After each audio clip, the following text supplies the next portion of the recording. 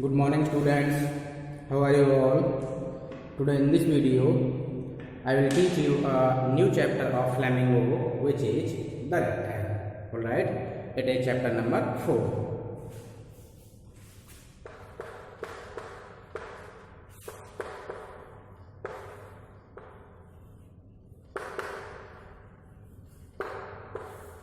The rectangle.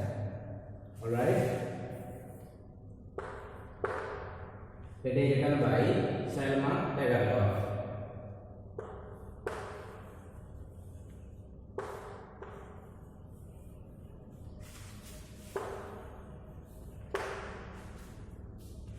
She is the author of the chapter.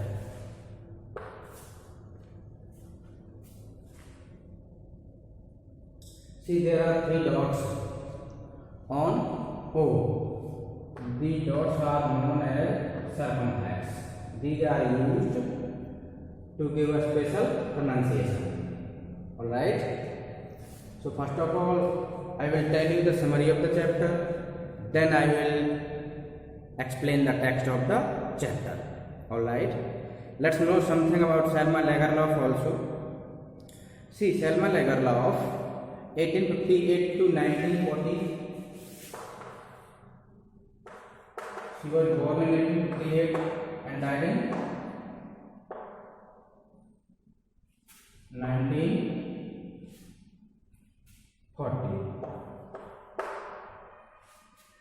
Was a Swedish writer. क्या थी ये? Swedish writer थी. Swedish means belong to Sweden. Whose stories have been translated in many languages. यानी इनकी कहानियों को बहुत सारे लैंग्वेजेस में क्या किया गया है? ट्रांसलेट किया गया है. A universal theme runs through all of them. यानी इनकी सारी की सारी ऑलमोस्ट स्टोरीज में यूनिवर्सल थीम दिखाई देती है. That is a belief that goodness, essential goodness, can be awakened through understanding and love. Again समझिए थीम को, क्योंकि थीम बहुत इंपॉर्टेंट है, जरूरी है. देखिए,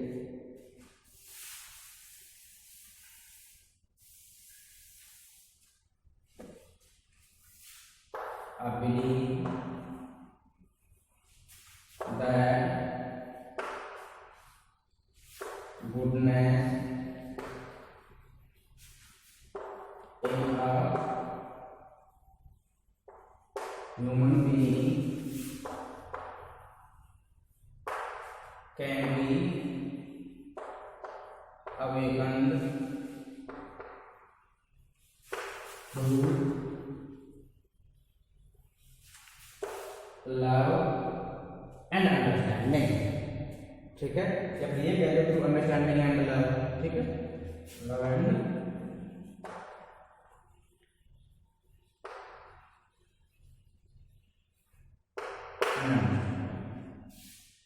a belief that goodness in a human being can be awakened through love and understanding. This is the theme of almost stories of Selma Lagerlöf. ठीक है, Selma Lagerlöf की almost stories में यही थीम दिखाई देती है.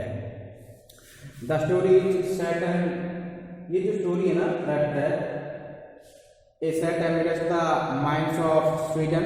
कहाँ पर सेट की गई? लोकेशन क्या है, सेटिंग क्या है स्टोरी की? स्वीडन की माइंस हैं, रिच इन आयरन और which figure large in the history and legends of that country.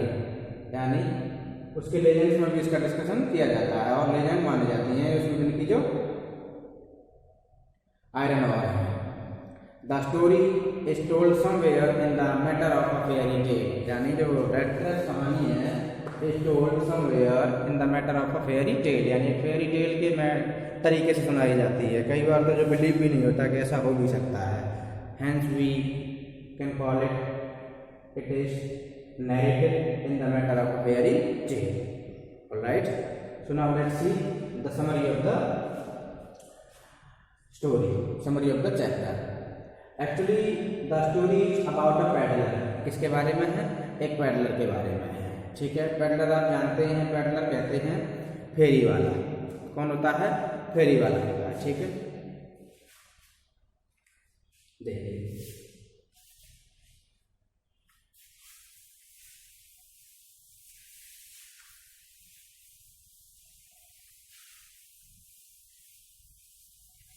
Let us understand the characters of the story first.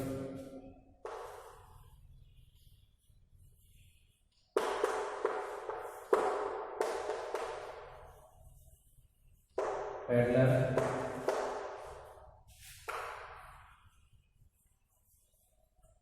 crofter,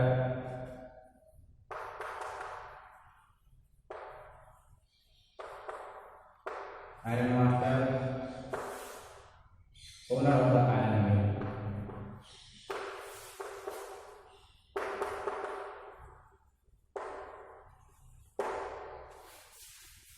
Adler Robinson, iron master, crofter,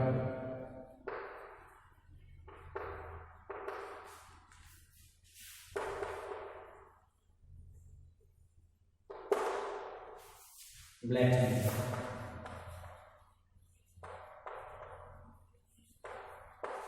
These are the characters in the story. Peddler फेरी वाला है, protagonist of the story.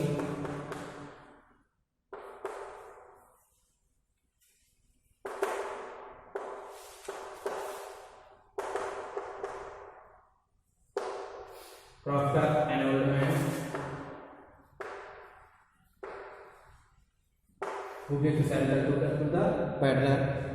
ठीक है, जो क्या करता है, peddler को shelter देता है।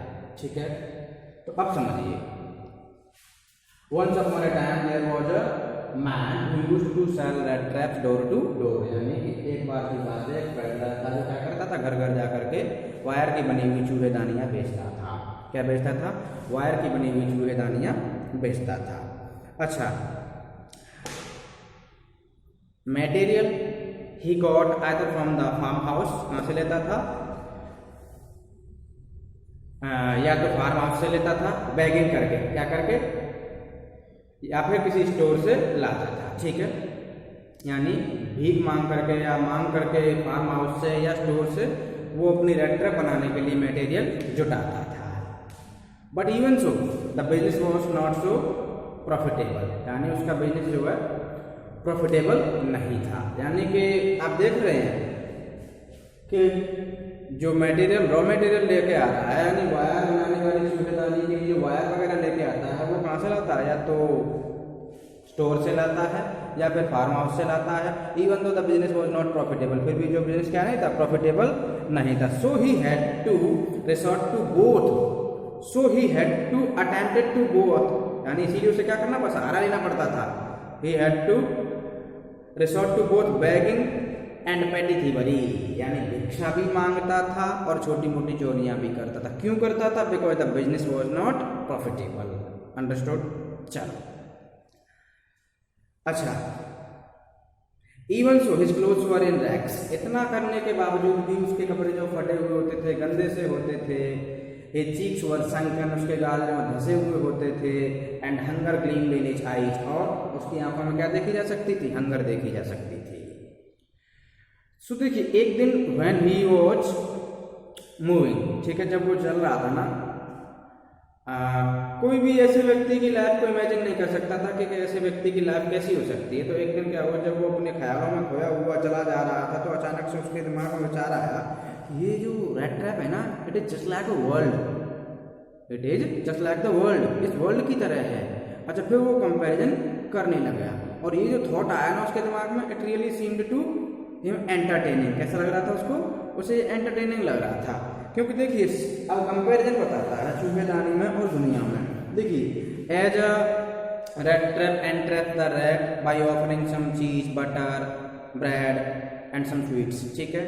And the moment the rat goes to get these things, it is entrapped, उसमें फंस जाता है। In the same way this world is nothing but a big rat trap, ये बिग रेड ट्रैप की तरह है। जब भी कोई व्यक्ति लालच, ये जैसे कि चूहेदानी देती है ब्रेड, स्वीट्स, चीज, like the red trap, this world also offers like rich, shelter, money and comfort, ठीक है, ये सारी चीज़ें ऑफर करती है। और जैसे ही कोई भी व्यक्ति जो है इन चीज़ों की ओर आगे बढ़ता है, the person gets entrapped in it, वो इसमें क्या हो जाता है, फंस जाता है। And everything comes to an end, और हर चीज़ क्या हो जाती है, एंड हो जाती है। यानी कि कुल मिलाकर के story has become a bit philosophical. अगर आप थोड़ा सा भगवत गीता की तरफ पढ़ेंगे और उससे कंपेयर करेंगे और उसके जो टीचिंग्स हैं उससे थोड़ा सा रिलेट करेंगे, you will understand in a better way, समझ आ जाएगा, ठीक है।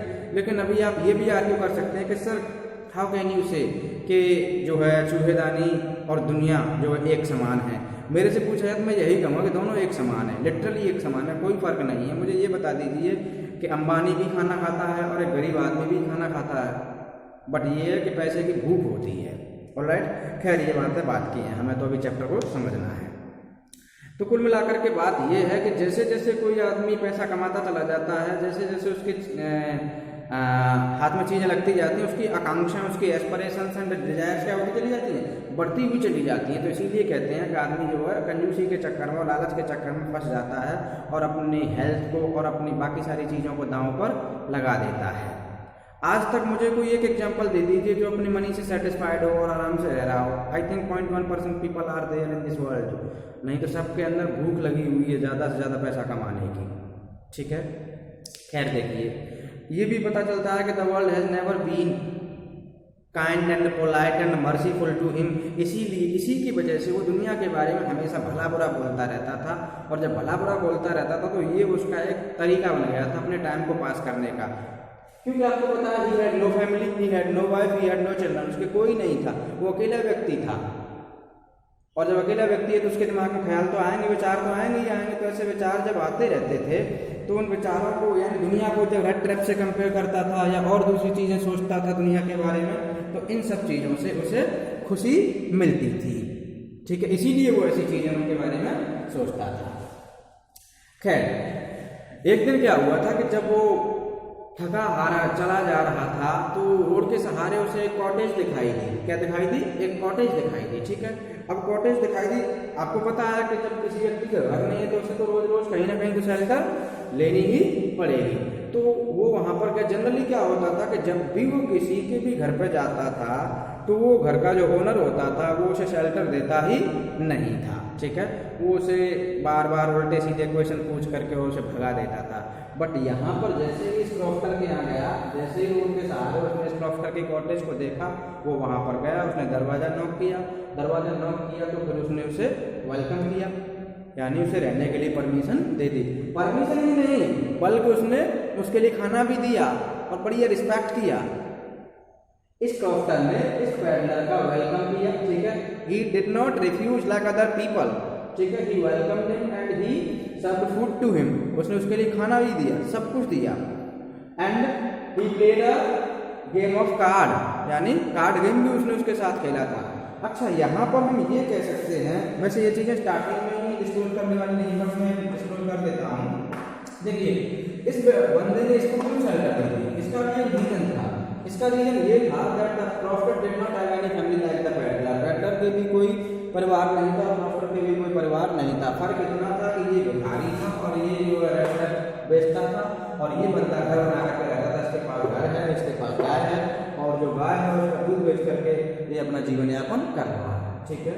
तो जैसे ही इसने इसको शेल्टर दी, खाना दिया, खाना खिला के कार्ड गेम खेला शाम को, रात के 10 बजे तक, यानी बेड टाइम तक। उसके बाद में वो बातें करने लगा ये क्रॉफ्टर कि in his days of youth, यानी अपनी जवानी के दिनों में, he used to work at Ramsjo iron works. कहाँ पर काम किया करता था?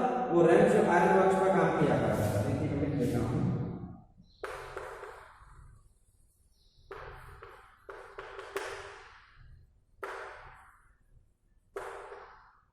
रैंचो iron works is the name of iron mill, यानी ये जो ओनर है ना आयरन वर्क्स, इसका एक मिल था जिसका नाम क्या था? रैंचो आयरन वर्क्स। रैंचो प्लेस का नाम है इसमें, आयरन वर्क यानी कि आयरन मिल, ठीक है। तो रैंचो के अंदर जो आयरन मिल था उसको रैंचो आयरन वर्क बोलते हैं, ठीक है। तो वो कहाँ पर काम करता था? वो रैंचो आयरन वर्क्स में काम करता था। कब काम करता था? वो अपनी, जब वो यंग था। क्या था? यंग था।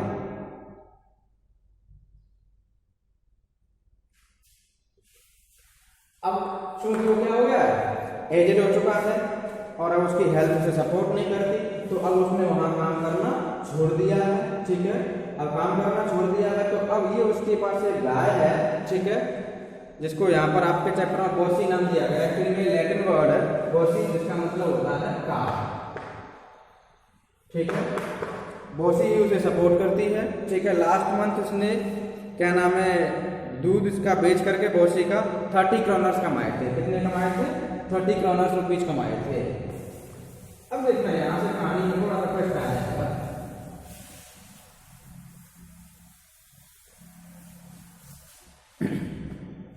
He earned 30 kroners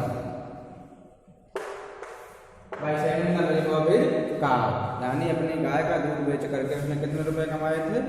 30 क्रोनर कमाए थे, ठीक है। बट द गेस्ट कौन है यहाँ पर? गेस्ट है आपका पैडलर। कौन है? पैडलर है। ही सीम्ड इनक्रेडुलस, वो कैसा लग रहा था?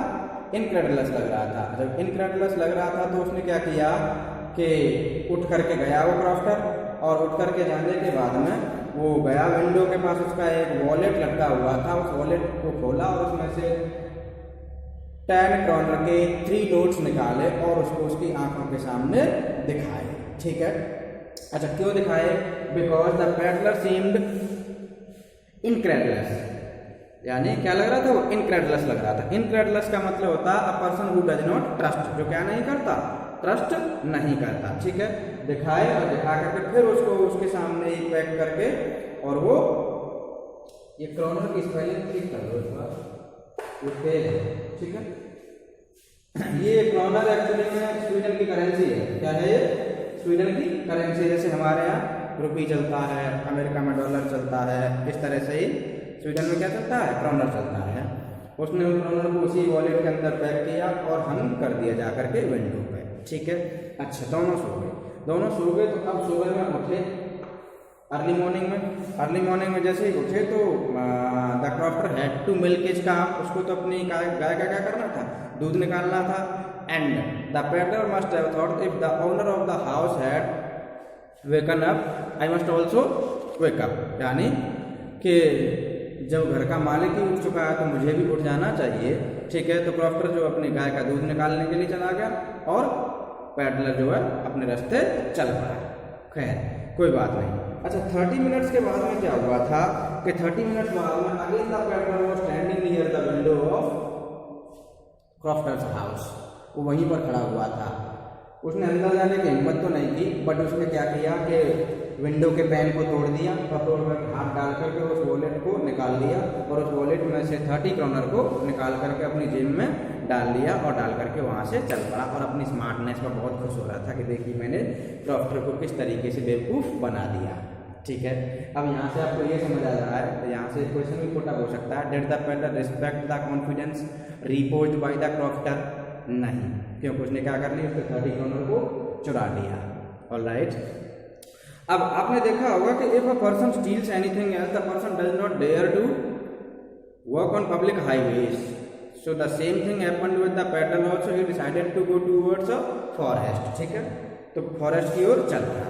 अब जैसे ही फॉरेस्ट की ओर चल पड़ा तो initially he did not feel any kind of problem, but later he was in a trouble because the forest was big and confusing, it was just like a puzzle, ठीक है, पजल की तरह था। He tried a lot to come out of it but could not, ठीक है। All the ways were just like a maze, ठीक है, पहेली की तरह थे। वो ट्राई करता बार बार जाने की, but he found himself on the same point, अपने आप को उसी पॉइंट पर पाता। घूमते घूमते शाम हो गई, but he could not come out of the forest, लेकिन वो फॉरेस्ट से बाहर नहीं आ पाया। Now he realized his own thought that occurred in his mind while he was walking alone कि this world is nothing but a big rat trap, ये दुनिया कुछ नहीं है सिवाय एक बिग रैट ट्रैप के, और अब मेरी बारी आ गई है इसमें फंसने की। अब अपने आप को कर्ज कर रहा है, why the devil did I steel the money of that fellow, मैंने क्यों चुराया था? अब मैं इस चूहेदानी से कभी बाहर ही नहीं आ पाऊंगा। He was thinking all that and he was too exhausted, इतना थका हुआ था कि उसमें हिम्मत नहीं थी, ठीक है, कुछ भी करने की, क्योंकि भूखा था, खाना नहीं मिला था दिन भर से ना। फाइनली ही ले डाउन, ठीक है। अब जैसे लेट डाउन हुआ, लेट गया, he heard the thumping sound coming from iron mill. कहाँ से आ रही थी ये?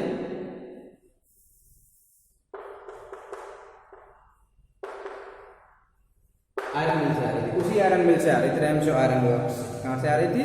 रैमजो आयरन वर्क्स से आ रही थी, ठीक है। With full strength he got up and he started walking towards the direction of the sound, यानी साउंड की डायरेक्शन में वो चल पड़ा। अच्छा, वो साउंड की डायरेक्शन जैसे ही चल पड़ा, वो उसको कहाँ ले गया? उस रैमजो आयरन वर्क्स तक ले गया, यानी कि इस आयरन मिल तक ले गया। अच्छा, आपको पता है कि generally there is a lot of sound in the iron mill, so he must have asked permission, but the blacksmith and the apprentice might not have heard, so he entered the iron mill। और blacksmith को तब तक नहीं पता था जब तक कि वो पैडलर जो है उसके पास में नहीं पहुंच गया था। फिर उसने उससे परमिशन ली, उसने बताया कि मैं आज रात यहाँ पर स्टे करना चाहता हूँ, तो आप चाहें तो मुझे परमिशन दे सकते हैं। है, ब्लैकस्मिथ ने बिना कोई शब्द बोले हुए उसको घमंड के तरीके से, यानी घमंडी वे में, in an arrogant way, he permitted him to stay there. So the peddler slept near the furnace। कहाँ पर सो गया? फर्नेस के पास सो गया। Now it was the time of inspection। The iron master used to come to inspect his iron mill twice in a day, in the evening and during day, in the morning, ठीक है, 2 बार आता था। So now it was his nightly inspection। As he came there, he saw that there is a person sleeping near the furnace and the steam was rising from his clothes। उसके कपड़ों से क्या उठ रही थी? भाप उठ रही थी। The iron master did not follow the way the iron master the blacksmith did। यानी उसने वो काम नहीं किया था जो ब्लैकस्मिथ ने किया था, क्योंकि ब्लैकस्मिथ ने तो उससे बात भी नहीं की थी।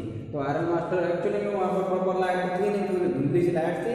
तो आयरन मास्टर वहाँ पर गया, ठीक है, और गया और उसने उसके देखा कि आदमी है, तो गलती से उसने उसे क्या समझ लिया?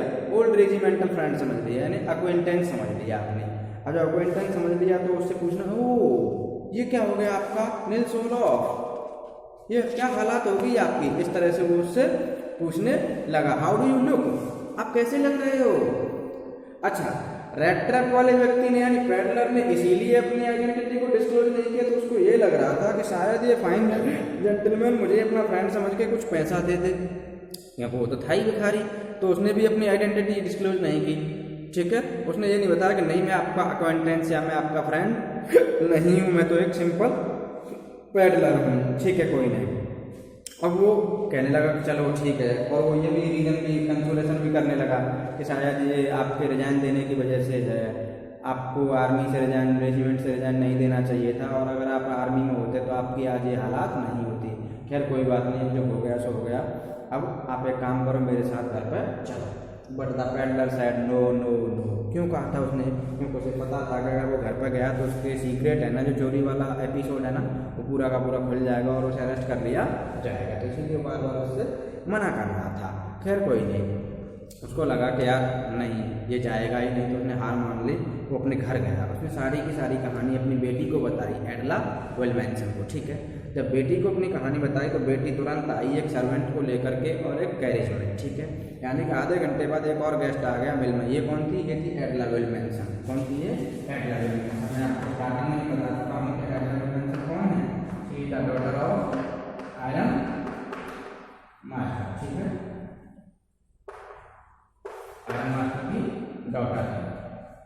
तो वो आई और आकर के ये थोड़ी सी एक्सपर्ट है, ये कह सकते हैं she was having some extraordinary powers, ठीक है, उसके अंदर कीन पावर्स थी, जैसे कि किसी व्यक्ति को चेहरा देख करके पहचान लेना कि ये व्यक्ति ऐसा है। तो first of all she went near the person when where he was lying. उसने उसका हैट उठाया, जैसे ही हैट उठाया तो व्यक्ति चौंक गया, डर सा गया था। तो उसने समझ लिया कि या तो ये व्यक्ति जो है पैसा चुरा करके लाया किसी का, या फिर ये जेल से भागा हुआ है। बट फिर भी उसने उससे कुछ नहीं कहा, ये सारी चीज़ें अपने मन ही मन सोच रही थी वो, ठीक है। इससे हम ये कह सकते हैं एडला हैड अ कीन इनसाइट ऑफ साइकोलॉजी, ठीक है। She was a good face reader, ये भी कह सकते हैं हम। As she understood the identity of the peddler, वो समझ गई थी पैडलर की आइडेंटिटी के बारे में। अच्छा खैर, इतना होने के बावजूद अपने फादर के कहने पर उसने उस व्यक्ति से कहा कि ऐसे ऐसे मेरे फादर ने मुझे बताया कि आप यहाँ पर रुकना चाहते हैं, और हम ये सोच रहे थे कि अगर आप इस क्रिसमस के टाइम, अच्छा ये जो टाइम चल रहा है क्रिसमस का है, इवनिंग बिफोर क्रिसमस, ठीक है। तो उसने उसको इतने कॉन्फिडेंटली कहा था कि कोई दिक्कत नहीं होगी आपको, लेकिन फिर भी उसने 1-2 बार तो मना ही किया था। लेकिन बाद में जब उसने उससे ये कहा था ना कि कैप्टन, अब उसे क्या समझ रहे हैं वो लोग, कैप्टन समझ रहे हैं, क्योंकि उसने गलती कर दी। किसने, आयरन मास्टर ने क्या समझ लिया था उसको, अपना ओल्ड रेजिमेंटल फ्रेंड समझ लिया था, कैप्टन समझ लिया था रेजिमेंट का, ठीक है, कैप्टन वॉन स्टेल समझ लिया था। तो बोले कैप्टन आपके साथ में कुछ भी अनिष्ट नहीं होगा, आप जितने फ्रीली यहाँ पर आए थे सोने के लिए उतने ही फ्रीली आप हमारे घर से आ सकोगे, आपको कोई दिक्कत नहीं होगी, मैं आपको अश्योर कराती हूँ। तो कैप्टन को यानी कि पैडलर को उसकी बातों में ज़रूर कॉन्फिडेंस लगा होगा, तो इसीलिए वो उसके साथ जाने के लिए अग्री हो गया। और जो सर्वेंट यानी वेले को सर्वेंट कहते हैं, जो सूट लाया था वो सूट पहन लिया और बड़े ही अब तो बॉस बन के जो है ब्लैक स्मिथ के सामने से निकल के जा रहा है बिना उसको एक शब्द बोले हुए, ठीक है। अच्छा, जब घर जा रहा था तब उसके दिमाग में विचार आ रहे थे कि गोइंग टू द मैंसन, मैंसन कहते हैं बंगला, अरे बंगला पर जाना अपने आप को शेर की मात में फेंकने के समान है, क्योंकि उसने चोरी की है और चोरी की बात खुल जाएगी, पहली चीज़। दूसरी बात, वो खुद कैप्टन भी नहीं था, वो भी बात खुल जाएगी तो गड़बड़ हो जाएगा, यानी कि अब सब कुछ खत्म हो जाएगा, अब मैं इस चूहेदानी में से कभी भी नहीं निकल पाऊंगा। चल पड़ा। अच्छा, चल पड़ा तो उसे नहलाया गया, धुलाया गया, नौकर में उसकी दाढ़ी बना दी गई, ठीक है, हैंडसम स्मार्ट लगने लग गया, कपड़े दे दिए गए नए। अब जैसे ही वो आयरन सब कोई यानी कि पैडलर वॉज हैप्पी, ठीक है, खुश था, एडला भी खुश थी, क्रिसमस का टाइम था, सब लोग अपना अपना क्या नाम है खाना खा रहे थे, अच्छा खाना खा रहे थे और सेलिब्रेट कर रहे थे क्रिसमस को। और तभी अचानक से क्या हुआ, देखिए कि जैसे ही ब्रॉड डे लाइट में वो आदमी यानी पैडलर वेगाबॉन्ड ट्रैम्प उसके सामने आया, तो आयरन मास्टर ने अब गलती नहीं की पहले वाले, अब उसने तुरंत पहचान लिया कि he is not my old regimental friend, ये मेरा फ्रेंड नहीं है। तो उसने उसको डांटना शुरू कर दिया और धमकी देना शुरू कर दिया, और मैं तुमको अरेस्ट करवा दूंगा और ये गलत है, चीटिंग है, आपको बताना चाहिए था। तो पहले तो कुछ नहीं हुआ, ठीक है। बाद में लेकिन जैसे ही आयरन मास्टर बहुत ज़्यादा बोल रहा था तो पैडलर ने बोलना शुरू किया और कहा, देखिए मिस्टर आयरन मास्टर, पहले तो मैंने सिवाय एक पैडलर के कुछ भी बनने की कोशिश नहीं की, ये आप ही थे जिसने मुझे अपना ओल्ड फ्रेंड समझा और यहाँ तक लेकर के आए, ठीक है। और रही बात इसकी कि अरेस्ट करवा दूंगा, ये करवा दूंगा, तो सुन लीजिए कि आज मैं इस जाल में फंसा हूँ ना, कल को आप भी इस जाल में फंसेंगे और आपकी भी दुनिया नष्ट हो जाएगी। यानी कि इस तरीके से वो उसको बताने लग गया। उसके तो वही थॉट थे कि the world is a big rat trap, और आप भी कोई बड़े लालच में आएंगे और आपकी सारी की सारी कहानी क्या हो जाएगी, एंड हो जाएगी, ये कह करके उससे और वो चल पड़ा। बोले ये लो आपके कपड़े और मैं जा रहा हूँ, ठीक है। और जहाँ तक आती बात शेरिफ की, शेरिफ कहते हैं पुलिसमैन को, तो ठीक है कोई बात नहीं, वो मेरे को लॉक ही तो करेगा, यानी कैद ही तो करेगा, अरेस्ट ही तो करेगा, कोई बात नहीं मैं देख लूँगा। वो चल पड़ा वहाँ से। लेकिन जैसे ही वो जा रहा था तभी उसकी डॉटर गई, किसकी डॉटर, आयरन मास्टर, वो उसको हाथ पकड़ करके ले आई, ठीक है, हाथ पकड़ करके ले आई। उसने कहा था कि डैडी हमने कम से कम इस बेचारे गरीब से प्रॉमिस किया है, तो at least I think on the eve of Christmas he must stay with us, हमारे साथ रुकना चाहिए, क्योंकि हमारे साथ कोई भी है ही नहीं परिवार की खुशियों को शेयर करने के लिए, क्योंकि उनकी मदर पहले एक्सपायर हो चुकी थी और आयरन मास्टर के जो बेटे थे वो अब्रॉड रहते थे, ठीक है। तो उसने उससे कहा, तो वो लड़की देखो, लड़की ने कितनी हिम्मत की, वो एक अननोन व्यक्ति को अपने घर में हाथ पकड़ करके अपने फादर के अगेंस्ट वो उसको शेल्टर देने के लिए अग्री हो गई, ठीक है, कोई बात नहीं, उसने उसको शेल्टर दी। अच्छा, रैमशो में क्रिसमस की जो ईव थी उतनी ही नॉर्मली पास में, इतनी नॉर्मली पहले होती थी, यानी कि स्ट्रेंजर ने, यानी कि पैडलर ने, ट्रैम्प ने, वेगाबॉन्ड ने कोई भी प्रॉब्लम क्रिएट नहीं की, ठीक है। अच्छा, पैडलर, ट्रैम्प, वेगाबॉन्ड ये सब इसी के लिए यूज किए गए स्टोरी के अंदर, ठीक है। यानी वो तो सिर्फ सोता रहा था एक ही करवट लेकर के, जब जब उसे खाना खिलाना होता तो उसे उठा लेते फिर सो जाता था वो। अच्छा, सुबह के 4 बजे क्या हुआ था कि 4 बजे या 5 बजे कल early morning father and Edla both had to go to church to worship, जैसे हम लोग पूजा करते हैं ऐसे ही वो लोग सुबह जो है चर्च में पूजा करने के लिए गए थे। तो वहाँ पर उनको पता चला था कि क्या नाम है, एक व्यक्ति जो रैमशो आयरन वर्क्स में काम करता था पहले, यानी एक क्रॉफ्टर, बुड्ढा क्रॉफ्टर जो रैमशो आयरन वर्क्स पर काम करता था, उसको किसी फेरी वाले ने, चूहेदानी बेचने वाले ने क्या कर लिया है, उसके पैसे को चुरा लिया, उसको लूट लिया गया है, ठीक है। तो तभी जो एडला विल्मैंसन का चेहरा लटक गया और उसको समझ आ गया था कि the person whom I have given shelter is a thief, और उसने ही उसके पैसे चुराए हैं। अब वो दोनों घर आते हैं तो उसका फादर जो बहुत ज़्यादा चिंतित होता है कि कहीं ऐसा ना हो कि हमारे घर में से उन चीज़ों को चुरा करके ले गया हो। तो उसने फटाफट से सर्वेंट से पूछा कि क्या वो व्यक्ति चला गया या अभी भी है। तो सर्वेंट्स ने उससे कहा था कि देखिए वो व्यक्ति जा चुका है और वो अपने साथ में कुछ भी लेकर के नहीं गया है, ठीक है, उसने उससे ये बात कह दी। अच्छा, instead of taking and stealing the things from your house he has left a packet for Edla Willmansson. किसके लिए? वो एडला विडमैनसन के लिए एक पैकेट छोड़ करके गया है, ठीक है। अच्छा, उस पैकेट में क्या था देखिए, उस पैकेट में एक तो आपकी रेड टैप थी, ठीक है, एक लेटर था, ठीक है, एंड जो तीसरी चीज थी वो थे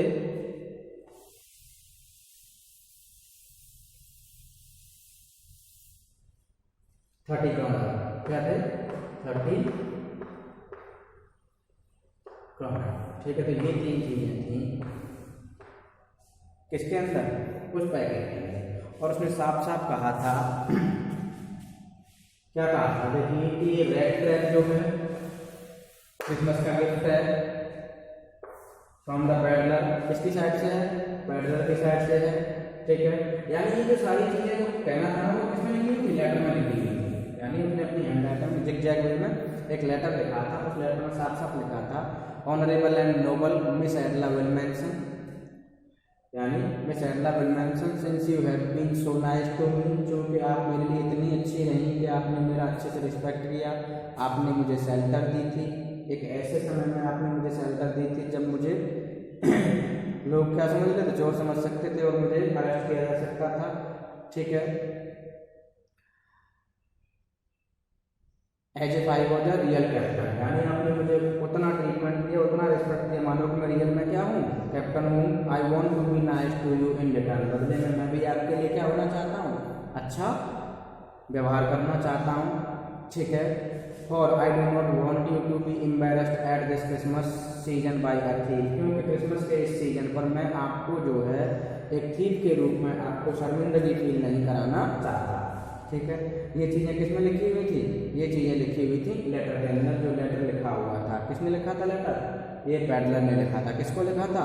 एडला विडमैनसन को लिखा था। एडला विडमैनसन कौन है? Edla Willmansson is the daughter of iron master who supported and advocated the peddler. अब आप यहाँ देख सकते हैं कि देखिए थीम वही चल रही है ना, goodness in human being can be awakened through love and understanding. Love और अंडरस्टैंडिंग के द्वारा गुडनेस को जगाया जा सकता है, यानी पैदा किया जा सकता है, अच्छाइयों को निखारा जा सकता है।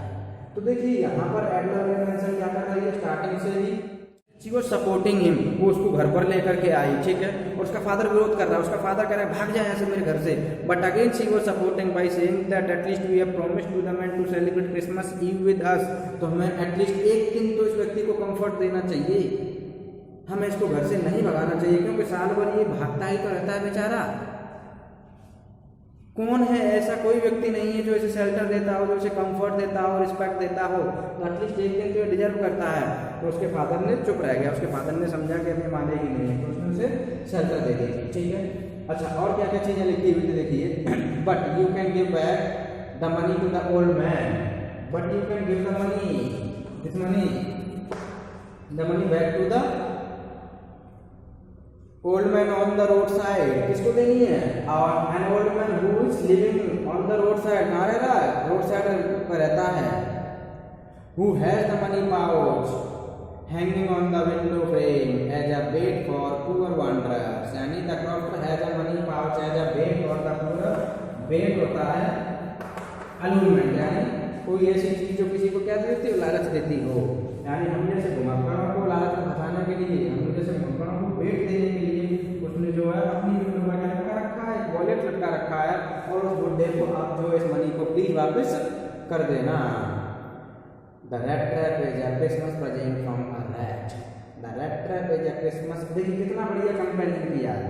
The red trap is a Christmas present from a rat, यानी एक रैट की तरफ से रेड ट्रैप आपके लिए क्रिसमस का एक प्रेजेंट है। अच्छा, क्यों कह रहा है आपने आपको रेड ट्रैप? सॉरी, रेड इसीलिए कह रहा है कि जैसे कि रेड एक रेड ट्रैप में फंस जाता है, इसीलिए इन the same way he has entered in the world. किसमें फंस गया? वर्ल्ड में। और वर्ल्ड को तो वो स्टार्टिंग से क्या कह रहा था? रेड ट्रैप कह रहा था, बिग रेड ट्रैप कह रहा था। ठीक है। यानी that who would have been caught in the world's rat trap, यानी जो संसार रूपी इस चूहेदानी में क्या हो चुका था, फंस चुका था, उस रैट की तरफ से रैट ट्रैप आपके लिए क्रिसमस का गिफ्ट है।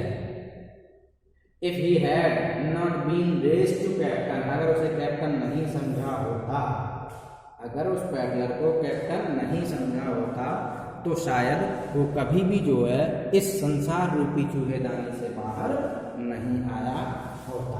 ये तो सीधी सी बात है। Because in that way he got power to clear himself, क्योंकि इस तरीके से उसके अंदर एक पावर आ गई थी अपने आप को सही प्रूफ करने की, अपने आप को ठीक करने की, अपने आप को रिडीम करने की। क्या करने की? रिडीम करने की। ठीक है। रिटर्न विद फ्रेंडशिप, यानी return with friendship and high regards captain von Stahle. क्या सिग्नेचर कर दिए? Captain von Stahle. ठीक है।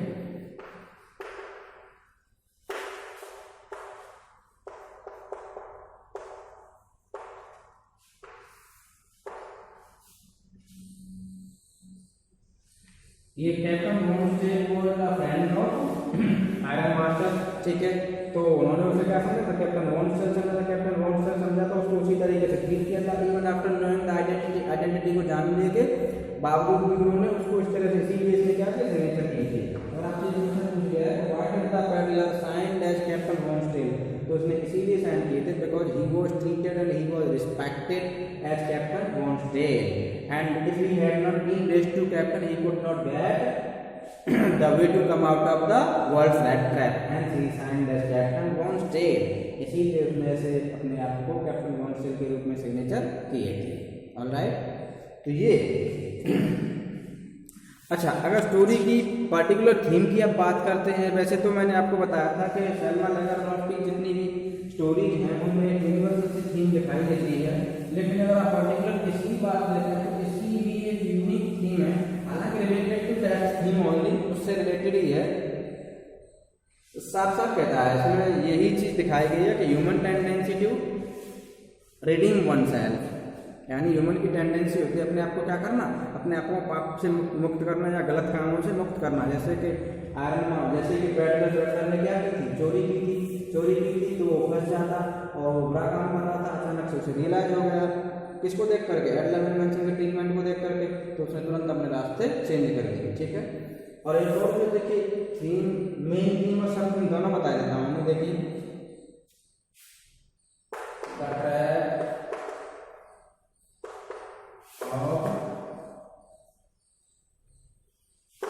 material benefit that more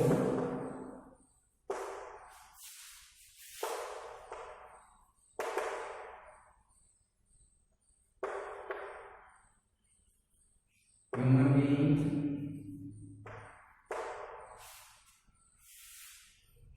are prone to fall into।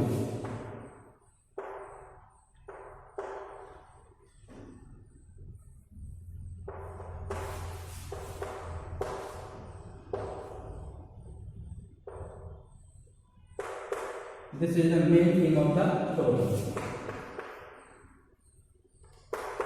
The trap of material benefit, यानी material benefit का वो जाल जिसमें मोस्टली ह्यूमन बीइंग के फंसने की संभावना होती है। यानी कुल मिलाकर का सिंपल शब्दों में देखा जाए तो नरेटर यही कहना चाहती है कि लालच एक ऐसी चीज़ है जिसमें दुनिया के मोस्टली पीपल फंस जाते हैं। यानी जहाँ भी किसी को भी कोई भी बेट या कोई भी अलूरमेंट दिखता है तो वो लोग उसकी तरफ अट्रैक्ट होते चले जाते हैं। ठीक है। अच्छा, जो सब थीम है वो देख लीजिए एक बार।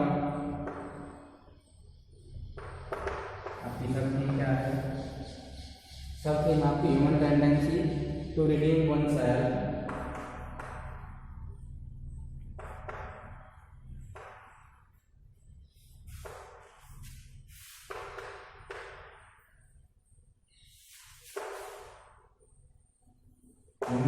टेंडेंसी रही अपने आप को पापों से मुक्त करने की, अपने आपको क्या करने की?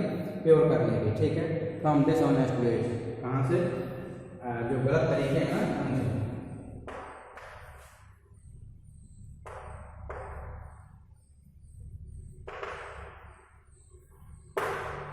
सकती है, right. Human tendency to ridding oneself from dishonest way, यानी डिसऑनेस्ट तरीके से अपने आप को सुधारने की ह्यूमन की हमेशा क्या रही है, टेंडेंसी रही है। I think it's enough for the day. Thank you and have a nice day. Bye bye.